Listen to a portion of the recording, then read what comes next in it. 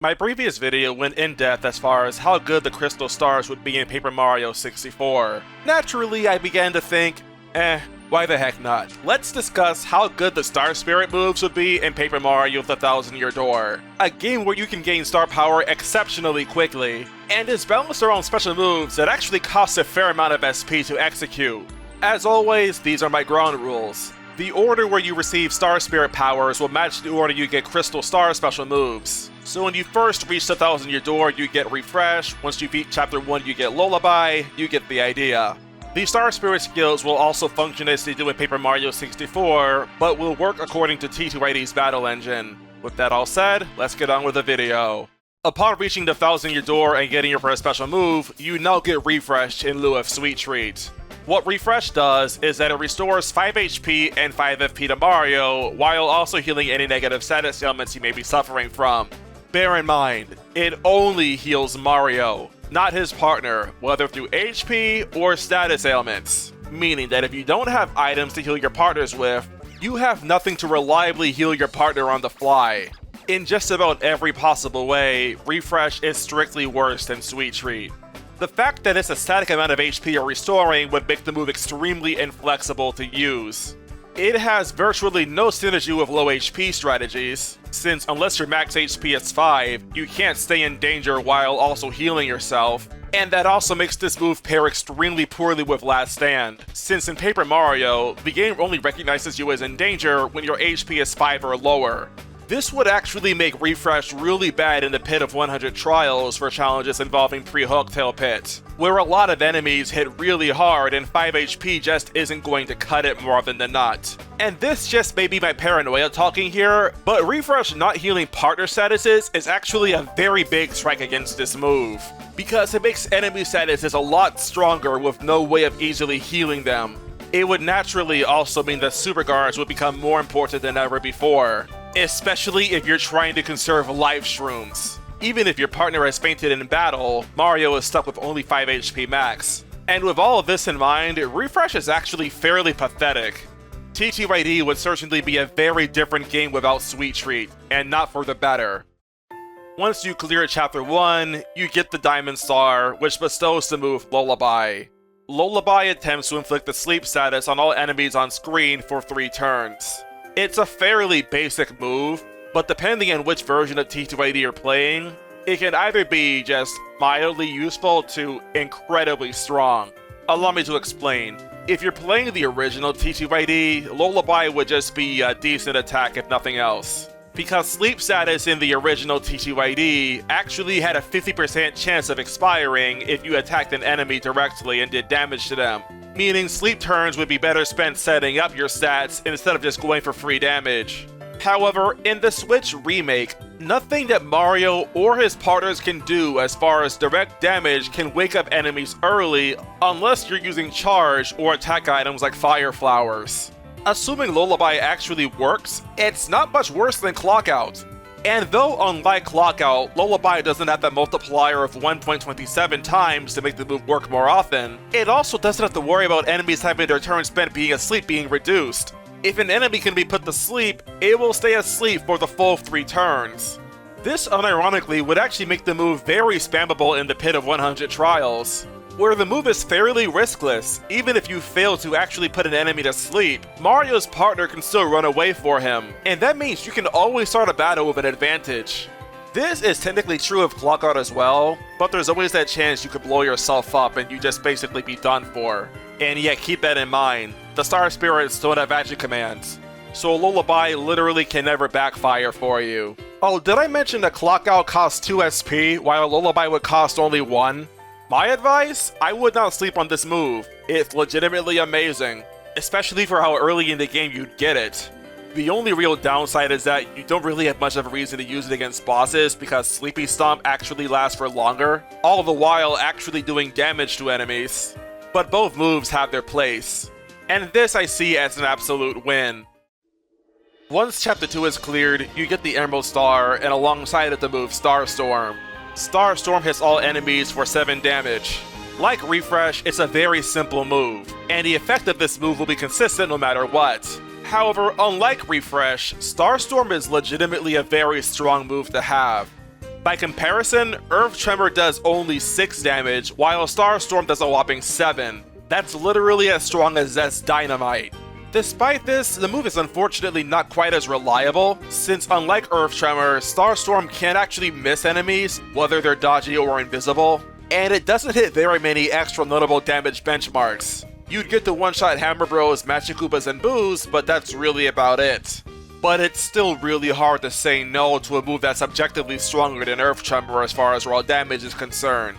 And if for whatever reason you wanted to do a specific amount of damage to all enemies on the screen, there are plenty of items like Power Blocks and Fire Flowers to have you covered. In summary, Starstorm would be good, but really not that much better than Earth Tremor. Completing Chapter 3 bestows upon you the Gold Star, and alongside it, the special move Chill Out. When used, it reduces the attack power of all enemies on the screen by 3 for 4 whole turns. This would be a very fun move to have access to. In TTYD, you have badges like Defend Plus and Damage Dodge, which when equipped, would help you reduce the damage you take from oncoming attacks. However, those badges don't protect against everything. Especially in Chapter 8 is where you start encountering bosses that are capable of piercing your defense. Examples include Gloomtail's Mega Breath, Earthquake, and Poison Breath, Beldum's Blizzard and Maryland's Lightning, and basically everything from the Shadow Queen except her left and right hand slamming down at you. Being able to reduce the damage from these attacks would open up a whole new world of possibilities as far as how to manipulate damage you take. Unfortunately, despite it being literally impossible to see Attack Down be cast in TTYD, susceptibility to Attack Down isn't a universal 100% susceptibility across the entire board. In fact, several bosses are just straight up immune to Attack Down, including bosses like Magnus 2, Bonetail, the Shadow Queen's final fight, and even Cortez. So there are actually very few fights where this move would actually even work.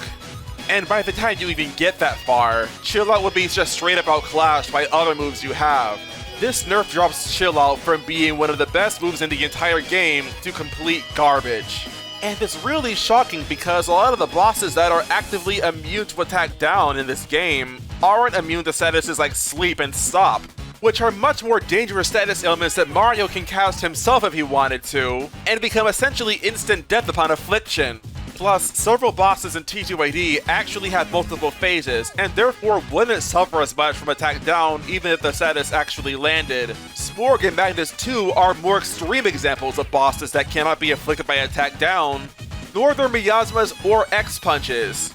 Make it that what you will. And even for bosses you'd think that Chill Out would still be useful for, like the Shadow Sirens rematch in Chapter 8, they'd still have their own counterplay. Beldum can make her allies fast and huge, Maryland can charge, while compensating for what little damage she would be losing out on, and Dupless can shrug up negative statuses just from shape-shifting into Mario or his partner. It's honestly a crying shame just how dirty this move would have been done if it actually existed in TTYD. And in case you're wondering, I'm reading from a spreadsheet made by JDH64. He's actually spent time data mining TTYD, so I know for a fact his information is accurate. Still, look how they massacred my boy. Justice for Chill Out. Following up the Gold Star is the Ruby Star, which gives us the move Smooch. All this move does is it restores 20 HP to Mario once you use it. The fact that it heals more than Refresh is nice, but strategically speaking, there is very little you can do with a flat 20 HP heal. Moreover, this move wouldn't even heal Mario's statuses anymore, let alone his partner. Still, I'd probably say that Smooch is better in TTYD than in 64, just because in TTYD, bosses tend to be more random, and as a result, healing more HP is often just better. While in 64, it's actually very possible to play adaptively with badges like HP Drain and all the other defensive badges that exist there. Plus, you wouldn't have Sweet Treat anymore, so danger in general is a lot harder to maintain without Super Guards. But don't be misled. In my opinion, Smooch would actively be a bad move to use. You're honestly just better off using items to heal instead of using this move. And speaking personally, as someone that basically never used a Sweet Feast unironically, you can imagine I'd never use this move either. On the flip side of Ruby, we have the Sapphire Star, which gives the move Timeout. When this move is used, it has a chance to inflict the stop status on all enemies on the screen. Now, unlike Clockout, it doesn't have the multiplier of 1.27 times, meaning it's actively less likely to afflict the enemy, but also unlike Clockout, timeout would last for a whopping 5 turns if it successfully managed to land in this game. You see, in Paper Mario 64, if you have Clever use timeout, it actually adds an additional turn of the status provided it actually works. Stopwatches in 64 last for a whole 4 turns. The reason it may not last as long against certain enemies and bosses is because depending on the target, they may actually see a reduction in how many turns they'll be statused. This mechanic, however, does not exist in TTYD. So if a boss is vulnerable to being stopped, it will have the same stop duration as any other enemy that could be afflicted by the status ailment. Moreover, timeout specifically adds an additional turn of the status if it manages to work. Ergo, you have 5 full turns of stop status if it manages to succeed. That's the same amount of turns as the old school version of TTYD Sleepy Sheep, or in both old school and new TTYD, Sleepy Stomp.